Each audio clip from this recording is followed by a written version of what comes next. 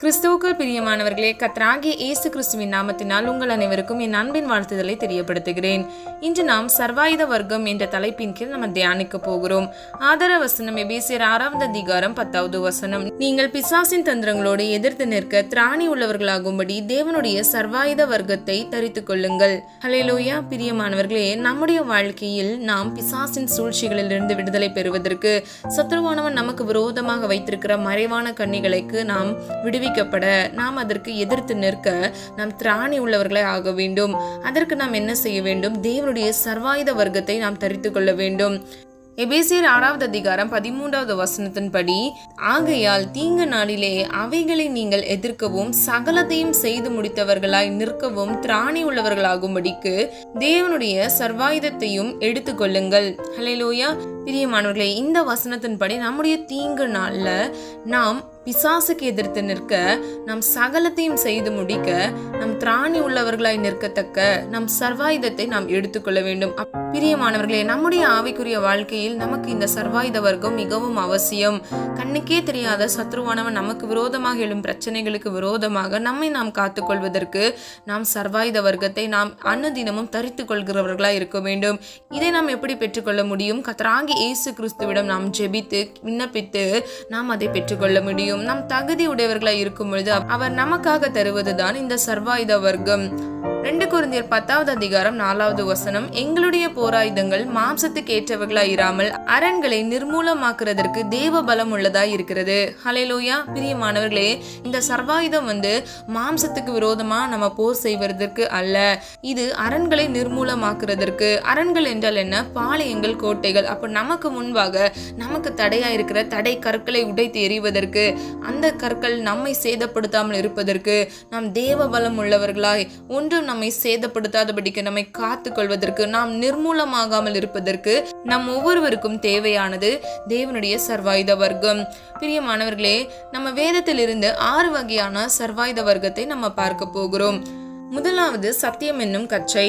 ஆதார வசனம் எபேசியர் 6வது அதிகாரம் 14வது வசனம், சத்தியம் என்னும் கச்சையை உங்கள் அறையில் கட்டினவர்களாயும். பிரியமானவர்களே, நம்முடைய அறையில் என்றால் நம்முடைய இடுப்பில் நாம் கட்டி கொள்ள வேண்டும். எப்படி நம்ம பெல்ட் போடுறோமோ அதே மாதிரி நம்முடைய சத்தியத்தை நம்ம என்ன செய்யணும்? நம்முடைய அறையில நம்ம கட்டி கொள்ளணும். நம்ம சத்தியத்தின்படி நடக்க வேண்டும். தேவன் சத்தியம் உள்ளவராய் இருக்கிறார். ஆகவே நீங்களும் நானும் சத்தியத்தில் நடக்கும்போது கர்த்தராகிய தேவன் நம்மை பாதுகாக்கிறார். இயேசு சத்தியமாயிருக்கிறார். ஆவியானவர் சத்தியமாயிருக்கிறார். அது மாத்திரமல்ல, பரிசுத்த ஆவியானவரை சத்திய ஆவியானவர் என்று நாம் அழைக்கிறோம். அவருடைய நாமத்தில் ஒன்று சத்திய ஆவியானவர். பிரியமானவர்களே, நாம் ஆராதிக்கும் தேவன் சத்தியம் உள்ளவர், உண்மை உள்ளவர். அப்ப நீங்களும் நானும் உண்மையின்படி நடக்கும் பொழுது கர்த்தராகிய தேவன் நம்மை பாதுகாக்கிறார். இரண்டாவது நீதி என்னும் மார்க்கவசம். எபேசியர் 6வது அதிகாரம் 14வது வசனம், நீதி என்னும் மார்க்கவசத்தை தரித்தவர்களாயும். பிரியமானவர்களே, நீதி என்னும் மார்க்கவசத்தை நம்ம தரித்துக் கொள்ள வேண்டும்.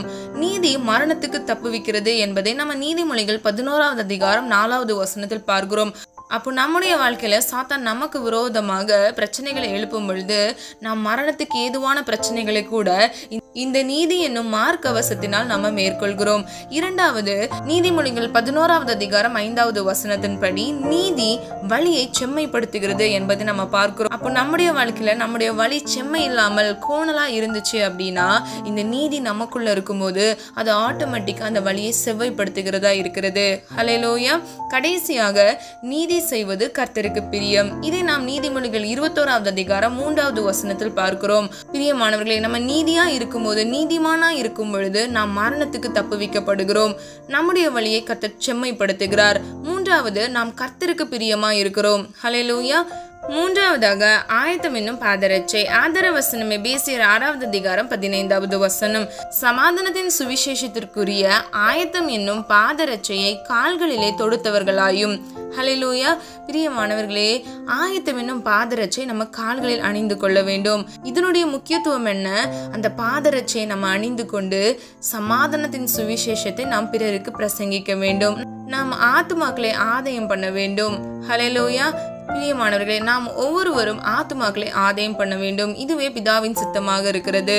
அது மாத்திரமல்ல, தேவ சமூகத்தில் ஆயத்தமாகி நம்ம காத்திருக்க வேண்டும். இதை நாம் 5வது சங்கீதம் 3வது வசனத்தில் பார்க்கிறோம்.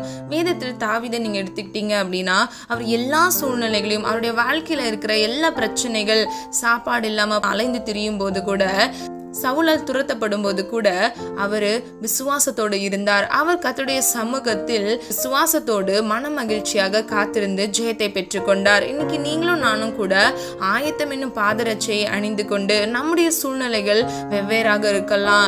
ஒருவேளை உங்களுடைய வாழ்க்கையில ஊழியம் பண்ண ஆசைப்படுறேன், எனக்கு ஊழிய அழைப்பு இருக்குன்னு எனக்கு தெரியும், ஆனா என்னுடைய வாழ்க்கையில தடை, என்னுடைய வாழ்க்கையில போராட்டம், நான் ரொம்ப முயற்சி பண்றேன், நான் என்னால செய்ய முடியல அப்படின்னு நினைக்கிறீங்களா? பிரியமானவர்களே, நீங்க என்ன பண்ணுங்க, அதிகமா துதிகளை ஏறிடுங்க, ஸ்தோத்திர பலிகளை செலுத்துங்க. நீங்க தேவனை துதித்து பாடி தேவனை கனப்படுத்துங்க. அப்பொழுது உங்களுடைய சிறை இருப்பை கர்த்தர் மாற்றுவார். உங்களுக்கு விரோதமாக எழும்புகிற எல்லா ஆயுதங்களையும் கர்த்தர் வாய்க்காதே போக செய்வார். ஹல்லேலூயா.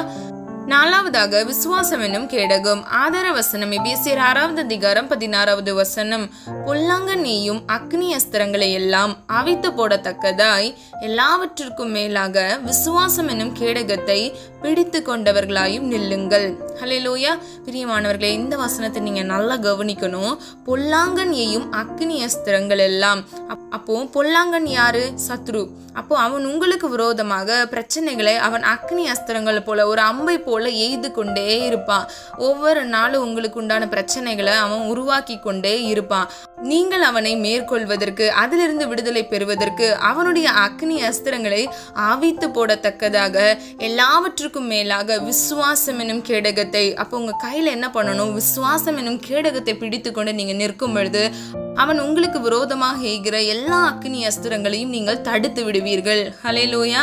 பிரியமானவர்களே, நமக்குள் இருக்கவே கூடாத ஒன்று அவிசுவாசம். நாம் அவிசுவாசப்படும் பொழுது ஆட்டோமேட்டிக்கா நம்ம என்ன பண்ணுவோம்? சோர்வுக்குள்ளாயிடுவோம், நம்ம விழுந்து போய்விடுவோம். அதிலிருந்து எழும்புவதற்கே சில பேருக்கு மாதங்கள் ஆகும், சில பேருக்கு வருஷங்கள் ஆகும். அப்ப என்னைக்குமே நீங்க என்ன செய்யணும்? உங்க விசுவாச கேடகத்தை நீங்க இறக்க கூடாது. நீங்க எப்பவுமே பாதுகாப்போடி அதை உயர்த்தி வைத்து கொண்டு இருக்க வேண்டும். ஹல்லேலூயா.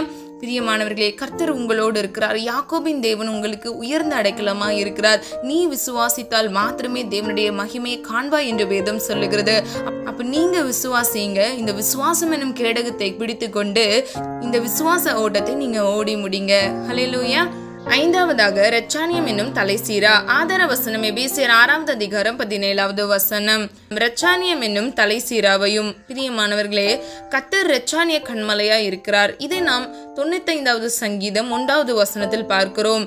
அது மாத்திரமல்ல, இரட்சானியத்தின் சந்தோஷத்தை நமக்கு தருகிறார் என்பதை 51வது சங்கீதம் 12வது வசனத்தில் பார்க்கிறோம். பிரியமானவர்களே, நமக்கு சந்தோஷமாகவும் நம்முடைய கண்மலையாகவும் இருக்கிற கர்த்தராகிய இயேசு கிறிஸ்து நம்முடைய தேவனாக இருந்து எல்லா சத்துருக்களின் தந்திரங்களில் இருந்து நம்மை விடுவித்து நம்மளை காத்து கொள்வார்.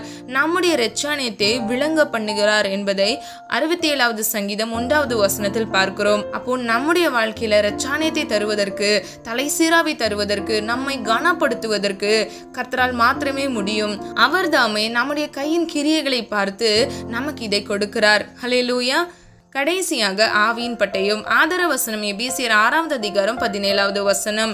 தேவ வசனமாகிய ஆவியின் பட்டயத்தையும் எடுத்துக்கொள்ளுங்கள். ஹல்லேலூயா. பிரியமானவர்களே, மிக முக்கியமானது தேவ வசனம். நாம் அந்த வசனத்தை பட்டயமாக உபயோகப்படுத்த வேண்டும். பிரியமானவர்களே, வாள் எவ்வளவு கூர்மையா இருக்கும். ஒரு போர் வீரனுக்கு எப்படி வாள் ரொம்ப முக்கியமோ, அதே மாதிரி இந்த ஆவிக்குரிய வாழ்க்கையில நம்ம இந்த உலக போராட்டத்துல நமக்கு மிக முக்கியமானது இந்த ஆவியின் பட்டயம். இதை வைத்து நம் சாத்தானின் தந்திரங்களை எல்லாம் மேற்கொள்ள முடியும். அது மாத்திரமல்ல, எபேசியர் 4வது அதிகாரம் 12வது வசனத்தின்படி தேவ வார்த்தை இருபுறமும் கருக்குள்ள பட்டயமாக இருக்கிறது. அப்போ நான் பேசிக்கொண்டிருக்கிற வார்த்தை உங்களுக்கு மட்டும் இல்ல, இருபுறமும் கருக்குள்ள பட்டயமாக இருக்கிறது. ஹல்லேலூயா. பிரியமானவர்களே, வசனத்தை வைத்துதான் நாம் பிசாசை துரத்துகிறோம். தேவனும் வசனத்தை வைத்துதான் ஒருவரிடத்தில் பேசுகிறார். வெளிப்படுத்தல் விசேஷம் 2வது அதிகாரம் 12வது வசனத்தின்படி பிதாவாகிய தேவன் இருபுறமும் கருக்குள்ள பட்டயத்தை உடையவராய் இருக்கிறார். ஹல்லேலூயா. அப்போ நம்முடைய வாழ்க்கையில நம்ம தேவனுடைய குமாரர் குமாரத்திகளா இருக்கிறோம். அப்போ நம்ம என்ன செய்யணும்? இந்த ஆவியின் பட்டயத்தை உடையவர்களாய் இருக்க வேண்டும். சத்ருவானவனின் தந்திரங்களை நாமே மேற்கொள்கிறவர்களாய் அன்னதினமும் விழிப்போடு இருக்க வேண்டும். ஹல்லேலூயா. பிரியமானவர்களே, சொல்லப்பட்ட இந்த 6 காரியங்களையும் நீங்க உடையவர்களா இருக்க வேண்டும். இந்த 6 காரியங்கள் உங்களுக்கு இருந்துச்சு அப்படின்னா பிசாசின் தந்திரங்களை நீங்க எதிர்த்து நிற்க திராணி உள்ளவர்களா இருப்பீங்க. அது மாத்திரமல்ல, நீங்கள் அனுதினமும் தேவனுடைய சர்வாயுத வர்க்கத்தை நீங்கள் தரித்து கொள்ள வேண்டும். அப்பொழுதுதான் சாத்தான் உங்களை விட்டு ஓடி போவான். ஒரு முறை கூட உங்களுக்கு சொல்றேன், சத்தியம் என்னும் கச்சை உங்களை இடுப்புல இருக்கணும். நீதி என்னும் மார்க்கவசம் உங்கள் மார்பில் இருக்க வேண்டும். 3வது, ஆயத்தம் என்னும் பாதரட்சை உங்கள் கால்களில் தரிக்கப்பட வேண்டும். விசுவாசம் என்னும் கேடகம் உங்கள் கைகளில் இருக்க வேண்டும். 5வது, இரட்சானியம் என்னும் தலைசீரா உங்கள் தலைகளில் இருக்க வேண்டும். 8வது, ஆவியின் பட்டயம் உங்கள் கைகளில் இருக்க வேண்டும். ஹல்லேலூயா. பிரியமானவர்களே, நமக்கு 2 கைகள் இருக்கிறது இல்லையா?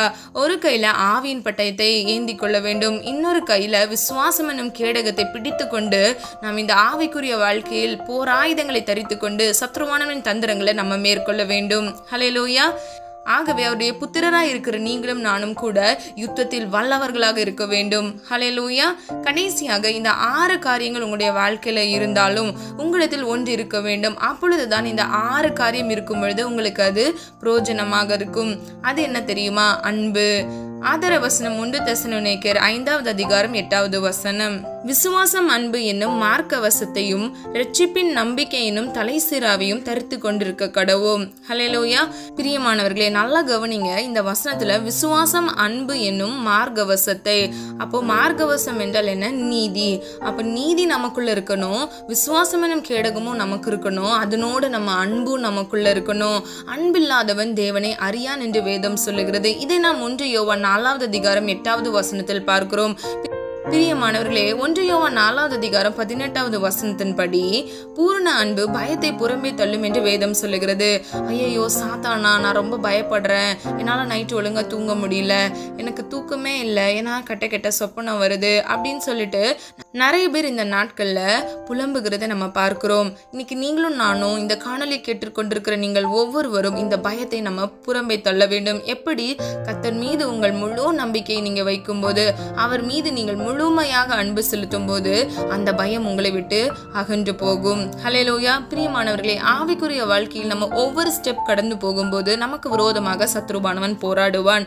ஆனா அதை நம்ம எப்படி மேற்கொள்ளலாம்? இந்த சர்வாயுத வர்க்கத்தை தரித்து கொண்டு நம்முடைய ஜெபத்தின் வழியாக, நம்முடைய உபவாசத்தின் வழியாக நாம் சாத்தானை மேற்கொள்ளலாம். பிரியமானவர்களே, உலகத்தில் உடையவனிலும் உங்களில் உடையவர் பெரியவர். ஹல்லேலூயா. விசுவாசிக்கிறீங்களா? ஆமீன் சொல்லி பெற்றுக்கொள்ளுங்க.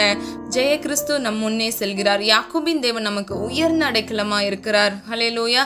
தீங்கு ஒன்றும் உங்களை அணுகாது. கர்த்தர் உங்களை காத்துக் கொள்வார், உங்களை மீட்டுக் கொள்வார். தேவனுடைய சர்வாயுத வர்க்கத்தை எடுத்துக்கொண்டு யுத்தத்தில் வல்லவரை நீங்கள் பின்பற்றுங்கள். அப்பொழுது உங்களுடைய வாழ்க்கையில எல்லா விதமான சத்ருவின் தந்திரங்களை நீங்கள் மேற்கொள்ள முடியும். ஜெபம். அன்பின் பிதாவே, அப்பா, எங்கள் ஒவ்வொருவரையும் அந்த கரத்தில் ஒப்புக் கொடுக்கிறோம். நீர் இன்று எங்களுக்கு கற்றுக் கொடுத்த ஒவ்வொரு வார்த்தைக்காக நன்றி செலுத்துகிறோம். சர்வாயுத வர்க்கத்தை அப்பா எங்களுக்கு கற்றுக் கொடுத்தீர் ஆண்டவரே. இதனுடைய மேன்மையை, முக்கியத்துவத்தை நாங்கள் அறிந்து கொண்டோம். அப்பா, ஒவ்வொரு பிள்ளைகளையும் ஆண்டவரே அப்பா இந்த சர்வாயுத வர்க்கத்தினால் நிரப்புவீராக.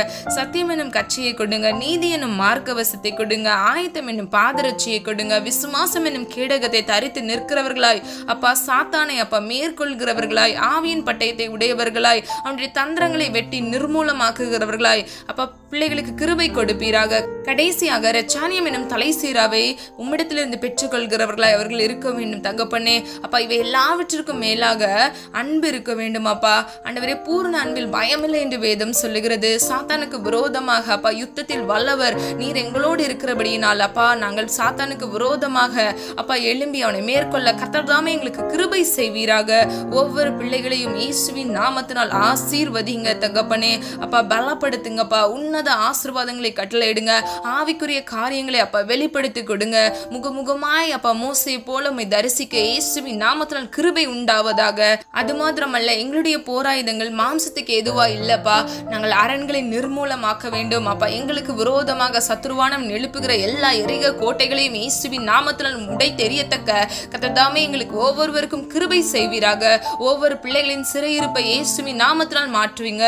இந்த காணொலியை கேட்டுக்கொண்டிருக்கிற ஒவ்வொரு பிள்ளைகளும் பிள்ளைகளின் அப்பா அடிமைத்தன கட்டுகள், பாவ கட்டுகள், செய்வினை கட்டுகள், மந்திர கட்டுகள் எல்லாவற்றிலும் இருந்து இயேசுவின் நாமத்தினால் அப்பா சகலத்தையும் செய்ய வல்லவர் நீர். அவர்களுக்கு அப்பா அற்புதத்தை கட்டளையிடும்படியாய் ஜெபிக்கிறேன். தீங்கொன்றும் அணுகாதபடிக்கு பிள்ளைகளை இயேசுவின் ரத்தத்துக்குள்ள மூடி மறைத்து பாதுகாத்துக் கொள்ளுங்க. அந்த கரத்தில் அர்ப்பணிக்கிறேன், தாழ்த்துகிறேன், வெறுமையாக்குகிறேன். ஜெபித்த ஒவ்வொரு ஜெபங்களையும் கேட்டு ஆமென்றும் ஆமென்றும் நீர் பதில் கொடுத்து விட்டு அதற்காக நன்றி செலுத்துகிறேன். மீட்பர் இயேசு கிறிஸ்துவின் மூலம் ஜெபிக்கிறோம் பிதாவே, ஆமென். பிரியமானவர்களே, இந்த வீடியோ உங்களுக்கு பிடிச்சிருந்துச்சுன்னா லைக் பண்ணுங்க, சப்ஸ்கிரைப் பண்ணுங்க மற்றும் பெல் ஐகான் கிளிக் பண்ணுங்க. God bless you.